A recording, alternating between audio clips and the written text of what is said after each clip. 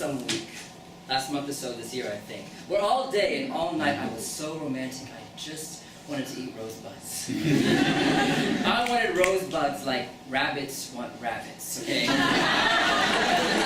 hop along my gums. I would chew them loudly like Cheerios in the shifting spaces between my jaws, whether in waxy classrooms, on northbound trains, on blissful bike rides, or just under bed sheets. Rosebuds like taffy. Rosebuds like gum. Rosebuds just Cupid's footprints under the sun.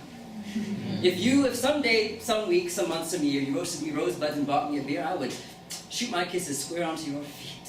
See, really, I really desire. Desire is this funny word that sometimes makes me think of castrating someone. Desire. And whenever I glance at a gabbing gay boy from across some spastic Saturday sea of slippery cans and sloppy conversation, I first desire him, forgetting his face beyond its initial vicious geometry, his cheekbones so chiseled, his jawbones still sizzling, his eyes crockpots of his soul, and then I desire him, imagining biting off a bit more than his uptight jeans could chew. And then a happy ending until a happy ending. Happiness to me is this. Happiness is cheer. So I never really know how near I am, and time just boils away, leaving me in this rosy residue, the ripe red of that one bloated blush or that one bleeding heart. Happiness is desire, right? Well, if this is the case, I need to learn to desire someone without desiring them, without throwing my wings into their pathetic periphery, without running my gazes through them. I need to learn how to love. Teach me how to love, and I will run wild with education, okay? Laughing happy, oozing sappy, making whoopee without Goldberg, forgetting that we are all always aspiring for this red and rosy. Finding ourselves vagrants in residential boxcars, ranting with wine, coaxing our clenches and coating our palms, all moist jokes and stained teeth, or stained jokes and moist teeth, until I remember being black and gay and male.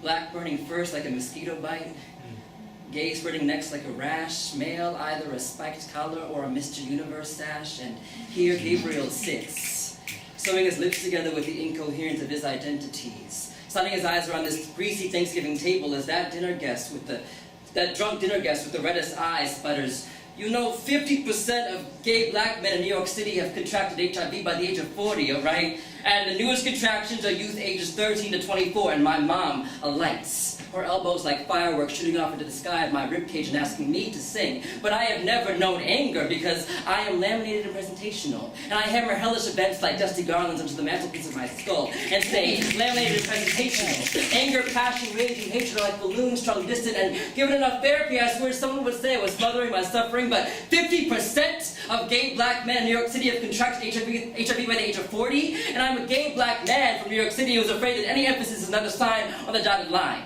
And my voice is just bok choy, maybe chopped and stewed up, but still steamed and sautéed and choked down by pumpernickel pimple preteens. And as many times as I can say this emphatically, my emphases are just knocks on the boombox and the tombstone. And as much as I can swear allegiance to the measure and the clef and the diaphragm and the organ and the organism and the orgasm, I have never organically organized these thoughts into anything meaty enough to justify this festive dinner populist soul mob. I will just nibble on these rosebuds and let my tear ducts uproot themselves from their sockets and sing for me, since 50% of gay black men in New York City contract HIV by the age of 40. And I still haven't found the way to love someone somehow without turning myself permanent through the elastic cheeks of boy faces. Every gaze is not the gaze, and all of his breath is not the haze that sputters forth from the shafts of Cupid's arrows. A gay boy is something like a broken coat rack, and every time I hang my hat, tie, slacks, shirt, boxers, faith, fear, tongue, cheek, truth on him, he holds them up as long as he needs to until he fucks me in the ass. If I push this slowly, you'll handle it all. If I say this slowly, you'll hear it all, like hymns. Echo the catcalls of glittering gay men gangs of urban black youth trudging downtown with their lowered pants, resisting the height of their mother's church bells, and their tongues trained to split their wits, their tongues strapped deep in their necks, bellowing beckonings, like hymns, like him, and I've known him and him One of them has HIV by the age of 40, and I naively shovel dirt over his ready-made casket with rigid rosebuds. Rosebuds like taffy. Rosebuds like gum. Rosebuds just keep his footprints under the sun.